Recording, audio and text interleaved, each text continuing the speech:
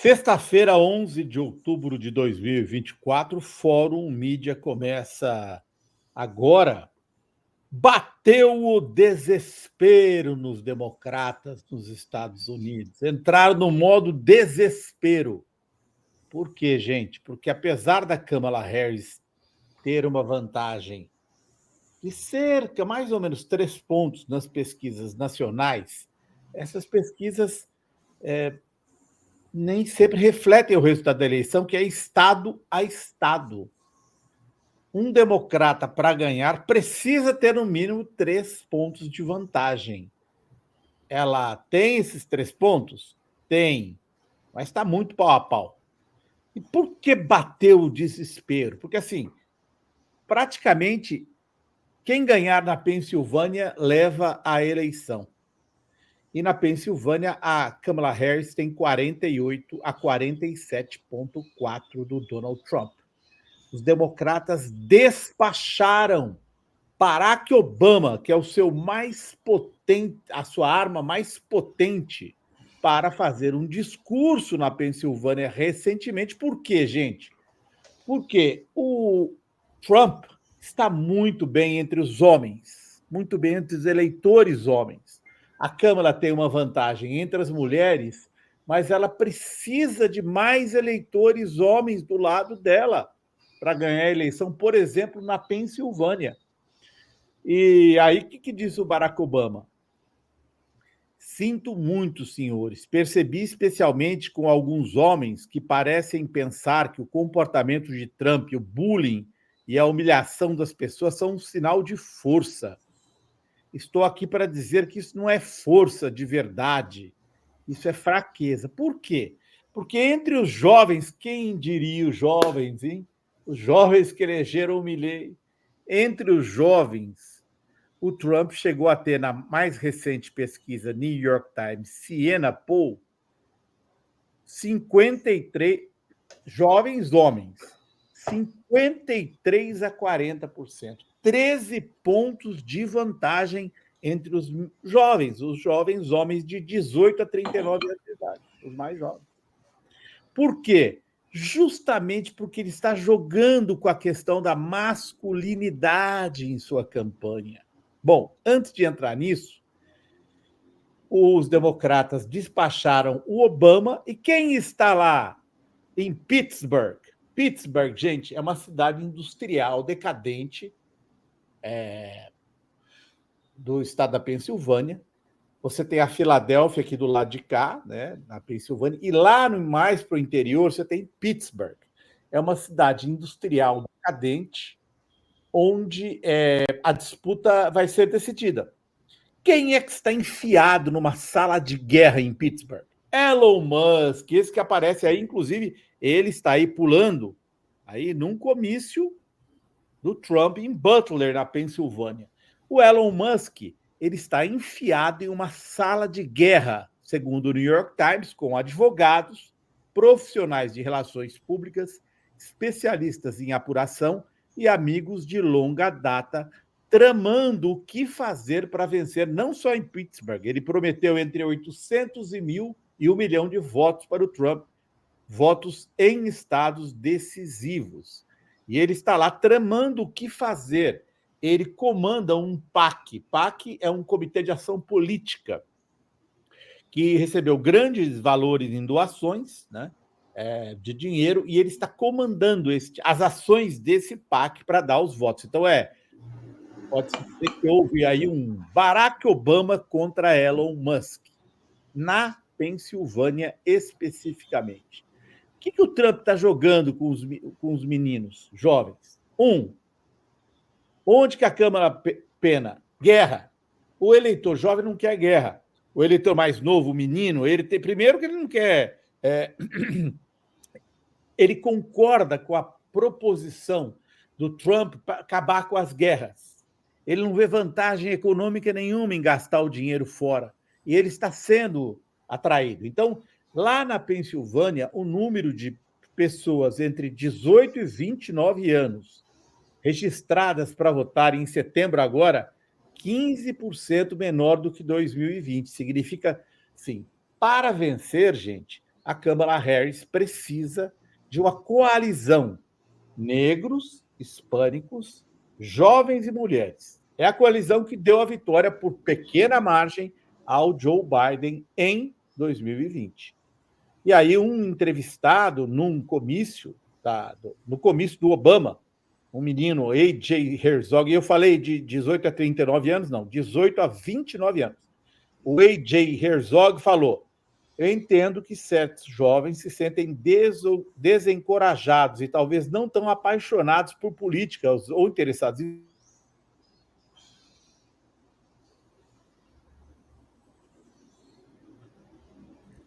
Caiu o Azenha. O Azenha caiu. Acho que tá com alguma instabilidade de internet ali. Que tá carregando, acho que ele tá na sala, mas a internet voltou. Não, é que como se diz? O StreamYard tá dando esse problema direto, gente. Vocês estão vendo? Estamos sim. Aí só ficou uma outra tela ali. Aí saiu, agora sim. Saiu. O StreamYard está dando esse problema direto, então vocês me desculpem, eu vou ter que voltar aqui a apresentação, porque quando eu saio, ela cai. Só um segundinho. Eu já estava no meio dela. Vamos lá.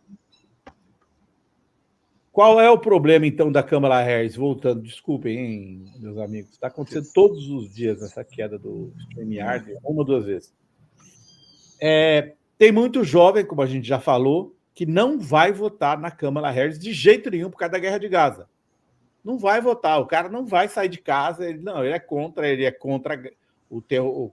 Tá aí, então, vocês veem aqui, isso aqui essa cena da convenção democrata lá em Chicago, chamando o Joe Biden de terrorista internacional. Então, esses jovens mais à esquerda não vão sair de casa para votar na Câmara.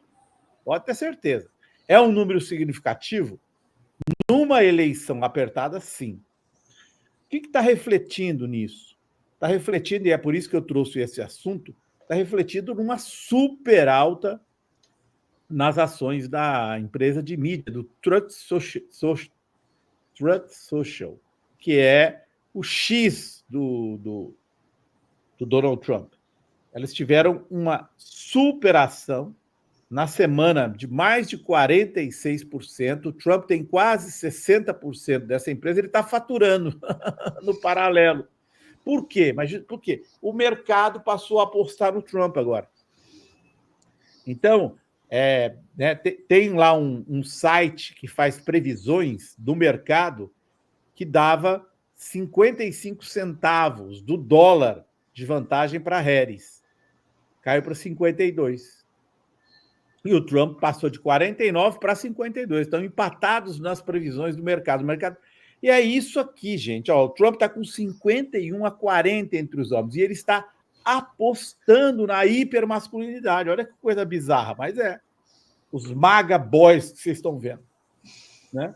E aí uma estrategista democrata disse: Kamala Harris tem um problema com os homens pelo mesmo motivo que Hillary Clinton. Misoginia. E ele está apostando. E aí, além de apostar nisso, olha o que ele está fazendo, os apoiadores do Trump. Isso aqui é fake, imagem fake do Trump com os eleitores negros, eleitoras negras. Mas não é só isso. Tem essas coisas fakes que eles estão gerando, colocando. O Trump reuniu um grande número de rappers.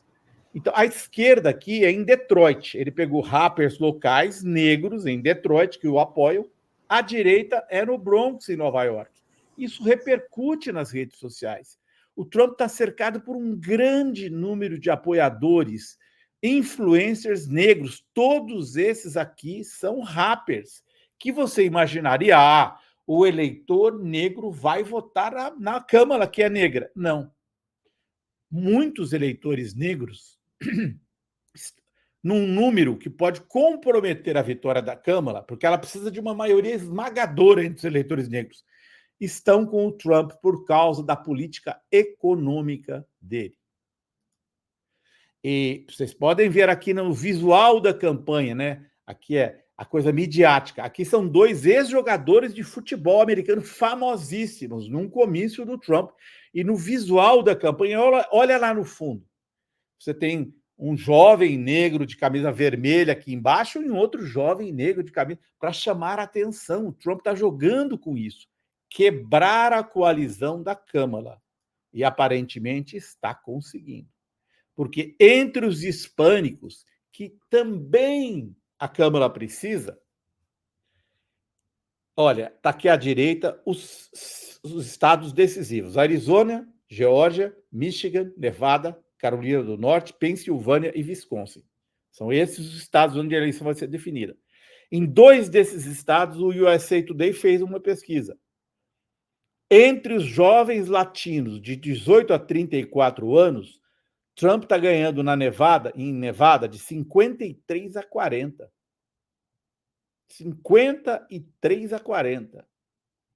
Entre jovens latinos do Arizona, Trump está ganhando de 51 a 39.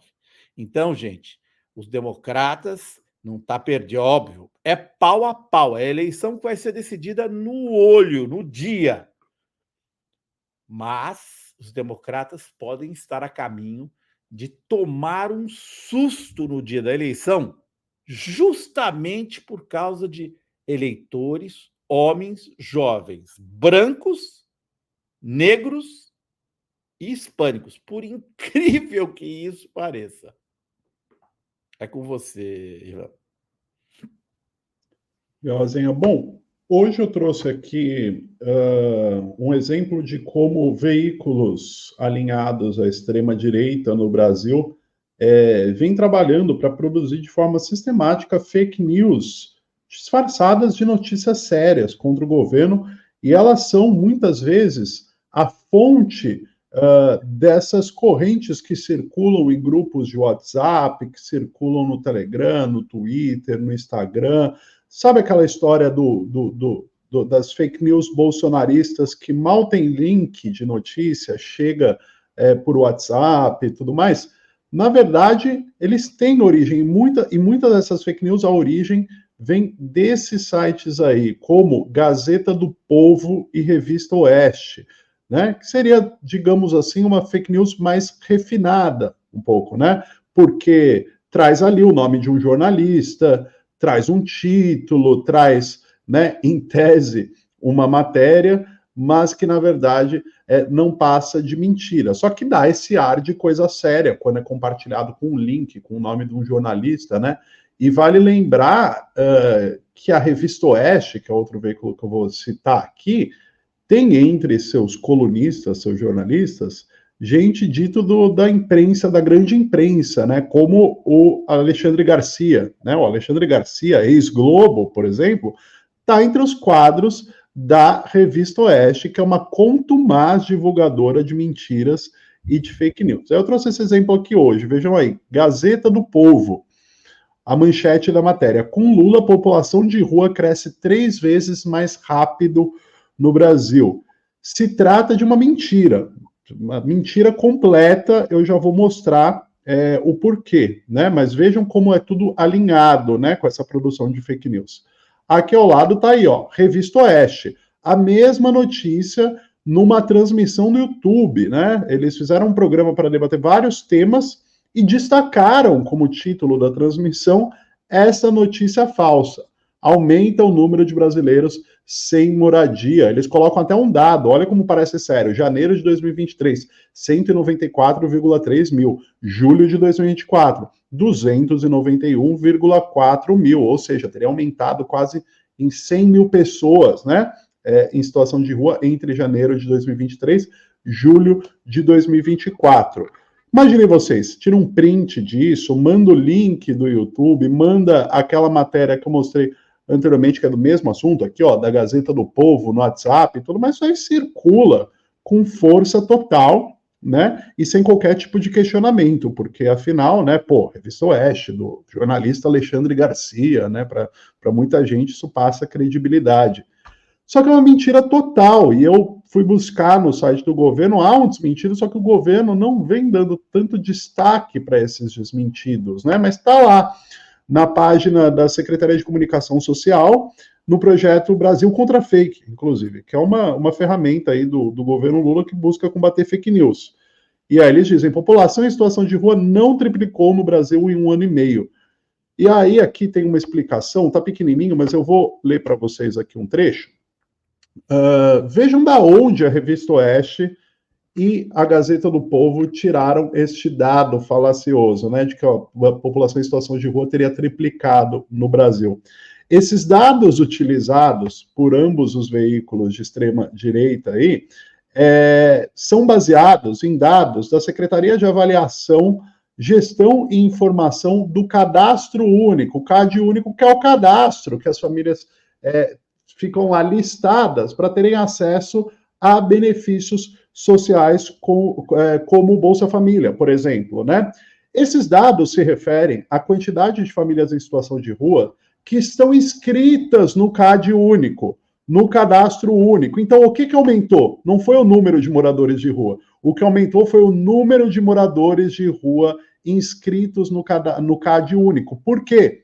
Porque o governo Lula, o Ministério do Desenvolvimento Social, passou a fazer uma busca ativa de moradores, de pessoas em situação de rua que não estavam contemplados por benefícios sociais e, por isso, eles passam a compor o cadastro único. Ou seja, isso é uma notícia positiva, né? O governo Lula mapeou pessoas em situação de rua que não estavam no CAD Único, as incluiu no CAD Único, e dado o momento que elas estão incluídas no CAD Único, além do governo conseguir mensurar de forma mais exata o número de pessoas em situação de rua, essas pessoas passam a contar com benefícios e programas sociais, tal como o Bolsa Família. Só para vocês terem uma ideia, o aumento da população em situação de rua se deu no governo Bolsonaro, que é o governo apoiado exatamente por esses dois veículos que trazem essa fake news, né? Segundo uma pesquisa do IPEA, divulgada em dezembro de 2022, vamos lembrar que em dezembro de 2022 o presidente era Jair Bolsonaro. Lula se elegeu em outubro, mas só assumiu em janeiro de 2023. Essa pesquisa do IPEA de dezembro de 2022 mostra que houve um crescimento de 38% na população de rua entre 2019 e 2022, que foi o ano da pesquisa. E, coincidentemente, né, 2019 e 2022 é justamente o período do mandato do ex-presidente Jair Bolsonaro. Crescimento de 38% no número de pessoas em situação de rua.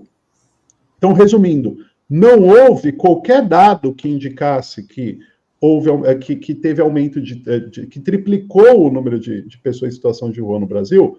O que houve foi que as pessoas triplicou o número de pessoas em situação de rua cadastradas no cadastro único, o que é uma notícia positiva, porque tinha muita gente em situação de rua no Brasil que não estava no CAD Único. Estando no CAD Único, elas passam a ter acesso aos benefícios sociais. Ou seja, é uma mentira completa. Não houve aumento da população em situação de rua no Brasil. O que houve foi o governo fazendo busca ativa por pessoas em situação de rua para inseri-las no cadastro único e assim elas serem reconhecidas pelo Estado, né, deixarem de ser invisíveis e passarem a receber benefícios desses programas sociais. Hoje eu trouxe só esse exemplo aqui dessa notícia, mas tem vários outros que eu já selecionei aqui, que a gente pode comentar em outras ocasiões, que mostram como esses veículos, tal como Gazeta do Povo e Revista Oeste, servem muitas vezes como fontes primárias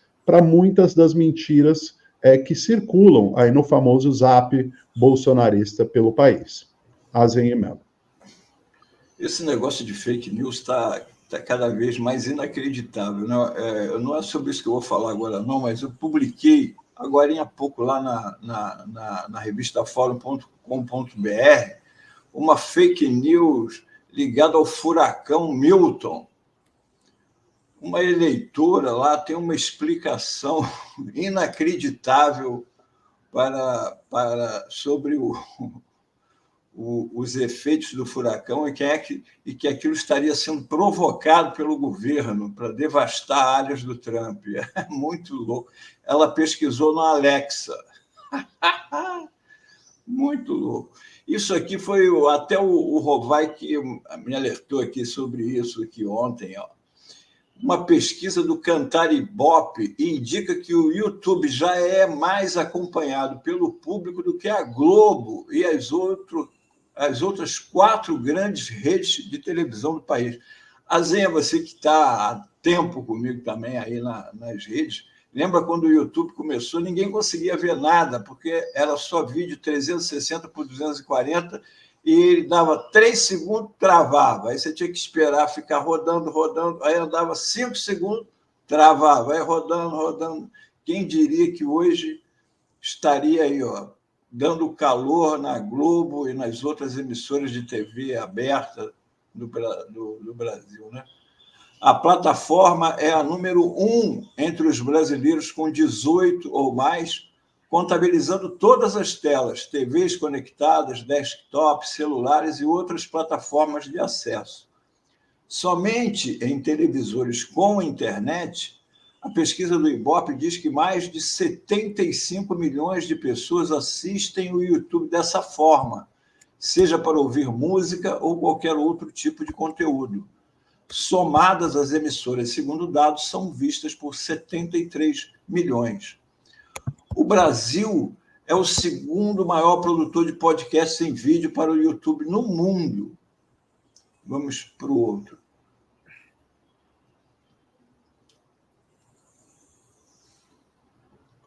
Aí, isso aqui é a executiva do Google comentando. Nossa missão é justamente essa. Eu vejo imagens das pessoas carregando a TV da sala para a varanda para verem o YouTube enquanto comem o churrasco ou fazem alguma coisa fora de suas casas. É uma revolução. E queremos que o mercado entenda cada vez mais isso. Olha só. YouTube é Google, gente, né? Ela está dando um alerta. E você já imaginou isso aí? Está falando, olha, não fiquem tanto anunciando aí nas TVs abertas, mercado, porque o negócio migrou. Para incrementar os números, o YouTube passou a investir em esporte ao vivo. Como já havia antecipado a coluna, o Google confirmou a compra de 38 jogos do Campeonato Brasileiro entre 2025 e 2027, em negócio feito com a Liga Forte União. A transmissão será da Cazé TV. Quem assistiu às Olimpíadas viu aquela imensa equipe, né, das organizações Globo, com a TV Globo e os canais Sport TV, com vários canais, e assistiu a Cazé TV, viu que a Cazé TV deu um banho todo mundo estava assistindo a Cazé TV, porque era um tipo de jornalismo muito mais afeito com o que está sendo feito hoje em dia do que aquela cobertura amarrada lá da Rede Globo. Os jornalistas mais antigos criticaram a beça a transmissão da Cazé TV, mas eles fizeram coisas muito loucas. O surfista ficava dentro d'água lá entrevistando. Ele é amigo dos caras, ele entrevistava os surfistas lá no momento na saída e na volta ali das competições. Uma coisa bem diferente, uma cobertura com muita gente profissional, narrador, comentarista, e uma cobertura bem legal e feito de uma maneira diferente. Tem que ter espaço para todo mundo. Aí ela fala aqui no final, nós percebemos que havia muita demanda pela continuidade. Eles perceberam o sucesso daquilo. Essa democratização do futebol para nós passa por oferecer transmissões ao vivo de forma gratuita, que na verdade não é gratuita, porque é gratuita para o público, mas é gratuita no sentido que você não paga com a sua atenção, né, aos anunciantes. Nós iremos sempre manter esse caminho de oferecer gratuidade, comentou Patrícia ao ser perguntada sobre o negócio. Quer dizer, a coisa está complicada. Agora, o último slide, eu trouxe uma outra coisa, essa aqui é a capa da Veja essa semana, olha só. O recado das urnas, aí lá o retrato caído do presidente Lula e o Lula ali. Agora, eles estão tão interessados em descer o couro no Lula, mas, sem querer, eles cometeram eles fizeram um implante no dedinho, o Lula está recuperaram o dedinho do Lula ali na mão esquerda. O Lula está lá olhando, mas recuperaram o dedinho dele. Que maravilha! Será que o presidente recuperou o dedo dele e não avisou a nação aqui? Pelo menos na Veja, ele está com os dedinhos lá na mão esquerda. Olha lá. Cá entre nós, hein, Melo? Que montagem amadora dessa capa da Veja, né? Coisa grotesca, né? Horrível. Olha, gente, eu faço uma capa melhor que essa aqui com o meu Canva. Nossa, você vê ali, ó, percebam atrás da onde seriam as costas do Lula ali, uma pequena elevação no sofá ali, invadindo as costas dele, coisa mal feita, sem acabamento nenhum. O Lula está num divã olhando para o seu próprio retrato. Mas eu achei grosseiro. Achei mas feio. Contra o Lula vale tudo. Pois é. Contra o Lula vale tudo. A guerra continua. Veja que não teve uma ministra do Lula que foi capa na semana passada? Foi a Aniele Franco. Então, é onde a revista que o povo do governo Lula escolhe para si como veículo. Nada contra o conteúdo, não. Só estou dizendo que é meio estranha a escolha da Veja para... E, infelizmente, os ministros do governo Lula, essa Veja aí, correm para a Veja, sei lá, independentemente de conteúdo, gente, né?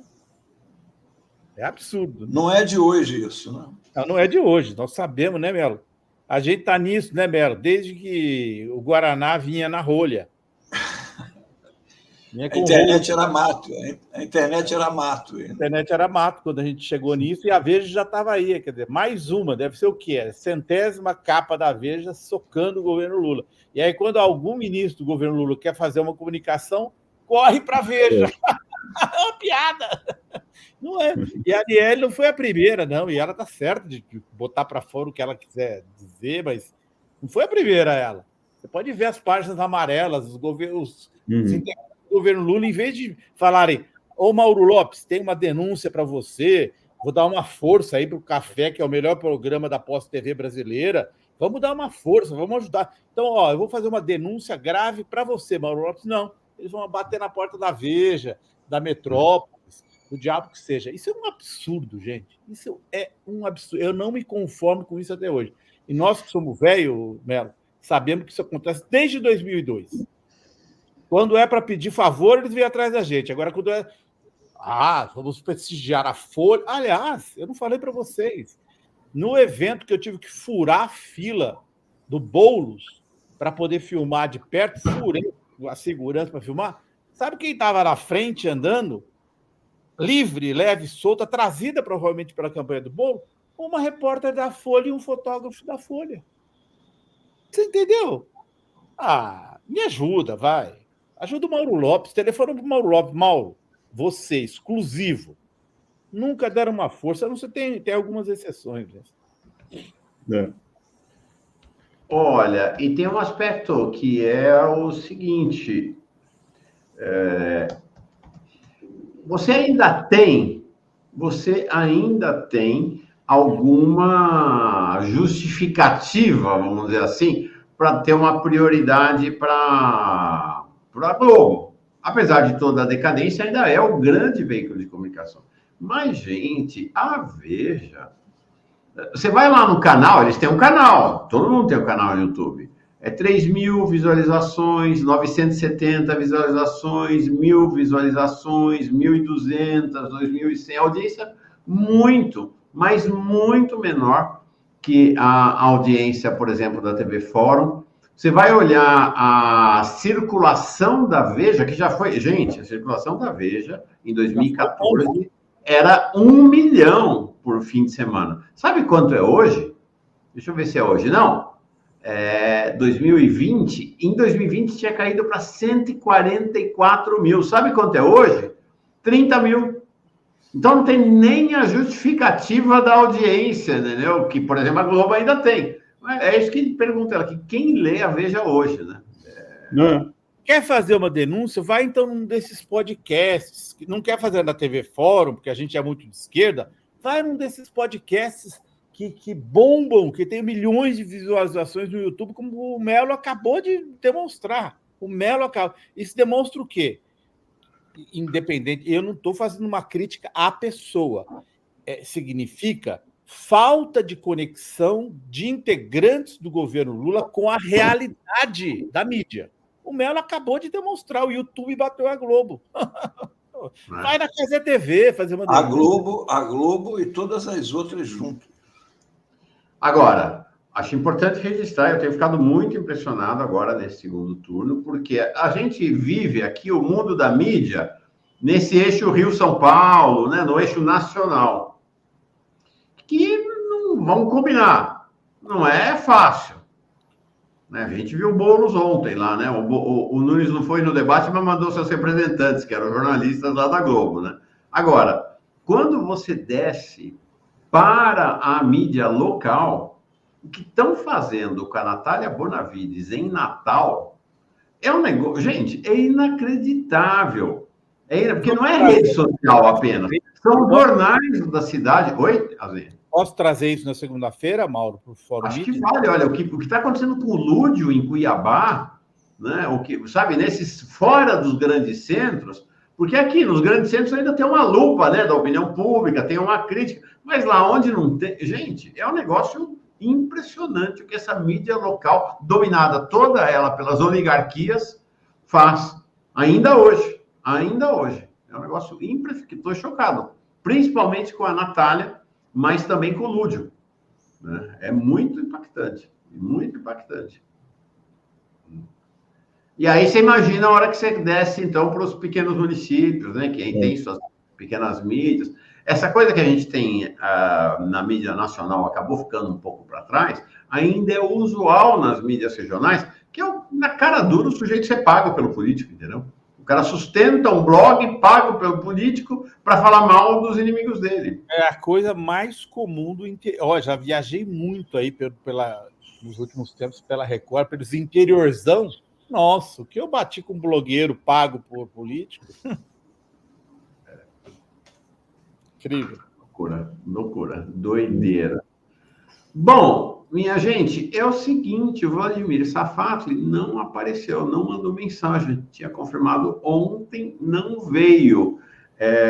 Então, eu vou tentar ver se consigo antecipar a Liana Cirne Lins, porque ela tinha marcado 9h40, para a gente manter a agenda com ela, pelo menos. Porque o Vladimir, não sei, deve ter acontecido algum problema, ele não veio. Lamento, eu queria muito conversar com ele, né? Um filósofo, um dos maiores intelectuais do país hoje, não veio. Aliás, Mauro Lopes, enquanto você vai falando com a Liana Cirne aí, eu fiz uma sugestão de você trazer o José Arbex aqui para uma entrevista. O velho Arbex. O velho Arbex, eu vi uma entrevista recente dele, muito boa. E também uma outra sugestão, que eu estou aqui preenchendo o tempo, né, gente? Vamos lá, Ivan Longo e Antônio Melo, vamos, porque o Mauro Lopes está ocupado. Eu já sugiro logo a Natália, tentar trazer a Bonavides para... O pessoal está atrás dela, da Natália. Está atrás. O Arbex, Azenha, eu conheci no movimento estudantil, no final dos anos 70. A gente chamava ele de Kennedy, não chamava de Arbex, de Kennedy. Né? Diziam que ele era parecido com o Kennedy. Sempre foi um cara inteligente, ácido, muito irônico. Trotskista, é bom trazer outro. Liberou.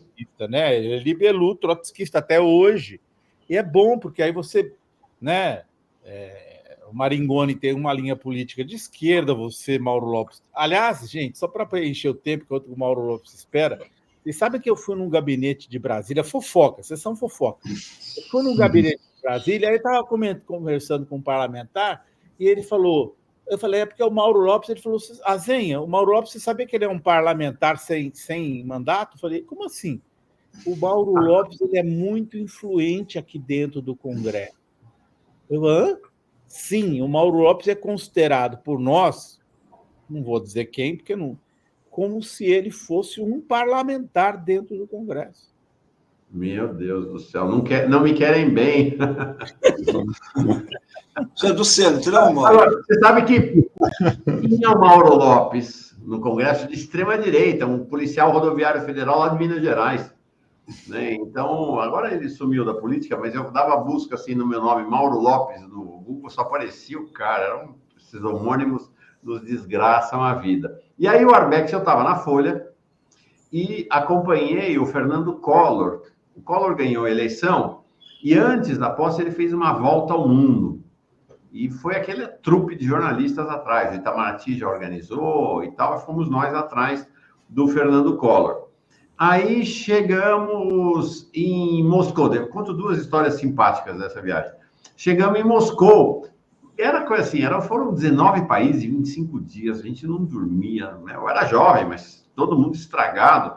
Né? E é Folha, né? Seu Frias, assim, ó. Mão fechada. Então, assim, o JB quebrando. Né? O JB ficou quebrando ao longo de 20 anos, talvez, né? E o jornalista do JB na executiva. O jornalista da Veja na primeira classe junto com o Collor. O Estadão na classe executiva e está lá Mauro e o Nils André, o fotógrafo, na classe econômica. Nós fizemos 19 países em 25 dias, tudo na classe econômica. Você imagina como eu estava. Cheguei em Moscou podre. E aí o Arbex falou, não, vamos lá em casa. Vamos dormir lá em casa que vai dormir melhor. Fui dormir na casa dele, perdi uma hora, cara. Deixei de conhecer o Gorbachev. Nunca perdoei o Arbex por isso. Teve um encontro, porque nós só tivemos lá em 89, estava caindo o muro. Quando a gente foi para Berlim, inclusive, eu tenho os pedaços do muro de Berlim. O pessoal tudo lá batendo com martelo no muro, tirando pedaço. E aí, essa foi uma passagem minha com o José Arbex. Mas a melhor passagem dessa viagem, eu vou contar para vocês. A gente chega em Tóquio, fomos no hotel New Otani. Eu fiquei muito impressionado. Um hotel tão grande, tinha uma estação de metrô embaixo e é outra referência de tempo para nós, né? O jardim do hotel era mais antigo que o meu país. O jardim do hotel tinha 510 anos, o Brasil não tinha 500 ainda na época. Estamos chegando no hotel, aquela trupe de jornalistas brasileiros. Selvageria, gente. Quando você junta 10, 15 jornalistas em comitiva, é um bando de selvagens. É um negócio assim, ninguém segura, né? Vocês sabem como é que é. Estamos entrando no hotel, está saindo o Mike Tyson do hotel, com o Don King, que era aquele empresário dele, o sujeito alto, ele tinha um cabelo assim, para cima, assim, e aquela coisa, que Mike Tyson no auge, né? Na verdade... Ligado à máfia, o Don King. Eu já entrevistei Don King, não, esse era ligado diretamente à máfia.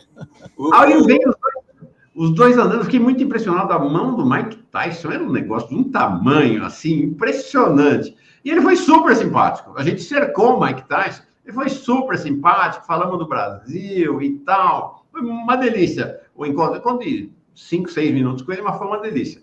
Aí para uma limusine. Abre a porta da limusine e estão 4 japonesas dentro da limusine.